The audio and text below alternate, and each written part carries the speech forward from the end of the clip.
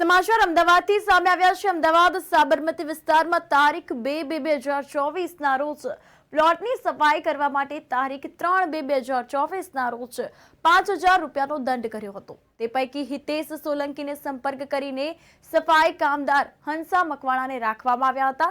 જે દિવસથી સફાઈ માટે રાખેલ હંસાબેન મકવાણાએ કામ કરવાનું શરૂ કર્યું ત્યારથી જ પ્રહલાદ ઠાકોર અને તેની પત્નીએ તેની સાથે ગેરવર્તન તેમજ ગાળાગાળી મારવાનું તેમજ ધમકી અને કામ છોડી જતા રહેવા જેવી બાબતો પર ઝઘડો કર્યો હતો। તો તારીખ 6/2/2024ના રોજ બપોરે 1:15 કલાક આસપાસ હંસાબેન જમવા અને ફ્રેશ થવા માટે ગયા હતા। તો ત્યારે પ્રહલાદ ઠાકોર અને તેની પત્નીએ તેને મૂઢમાર મારવામાં આવ્યો હતો। તો ત્યાં મારવાના કારણે હંસાબેન બેભાન થયા હતા અને રિક્ષાવાળાએ તેને બેભાન થયેલી જોઈને 108 બોલાવી હતી। ત્યાંથી પંચશીલ હોસ્પિટલમાં દાખલ કરવામાં આવ્યા હતા અને ડોક્ટરે પોલીસને ફોન કરીને જાણ કરી હતી। આ સાથે પોલીસે અરજી દાખલ કરી હતી અને સફાઈ કામદાર હંસાબેનના માથામાં, છાતી પર તેમજ ગુપ્ત જગ્યાએ અને બરડામાં મૂઢમાર મારવામાં આવ્યો હતો અને ડોક્ટરની સૂચના પ્રમાણે ઓછામાં ઓછા 5 થી 7 દિવસ હોસ્પિટલમાં રાખવા પડશે તેવું જણાવ્યું હતું। તો તારીખ 6/2/2024ની સાંજથી પોલીસ પૂછપરછ અને તપાસ કરી રહી છે।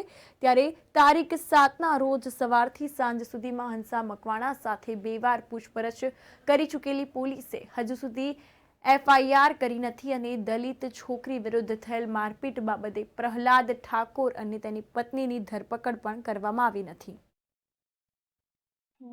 શહેરમાં હું કામ કરવા જતી હતી, સફાઈ કામ। ત્યાં 3-4 દિવસથી કામ કરતી હતી।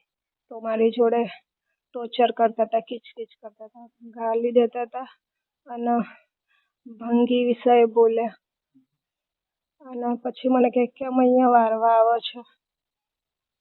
તો હું નવી જોબ હતી એટલે કંઈ બોલતી નથી અને મને 3-4 દિવસથી ટોર્ચર કરતા હતા।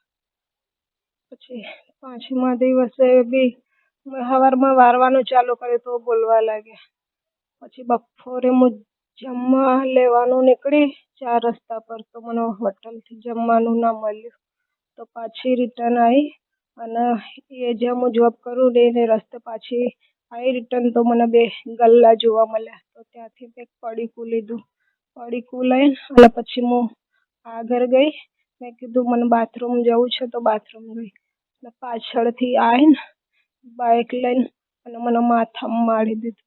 પછી અચાનક મને આંખે ચક્કર આવવા મળ્યા। પછી હું ભૂલ પડી ગઈ તો એમને મને લાતો મારી, પેશાબની જગ્યાએ ફેંટો માર્યા અને મારા બાલ પકડ્યા। પેલી બહેન હતી એની જોડે અને પછી મને બીમારીમાં ખબર જ ના રહી। તમને જે મોત મારવામાં આવે એમાં કોણ થયા હતું? 2 જણ હતા, પતિ। કોણ હતા એમના નામ જણાવશો? એમનું નામ પ્રહલાદ છે। એમની સાથે બીજું કોઈ હતું? હા, લેડીઝનું નામ ખાલી એની ઘરવાળીનું નથી ખબર, એના ઘરવાળાનું નામ પ્રહલાદ છે।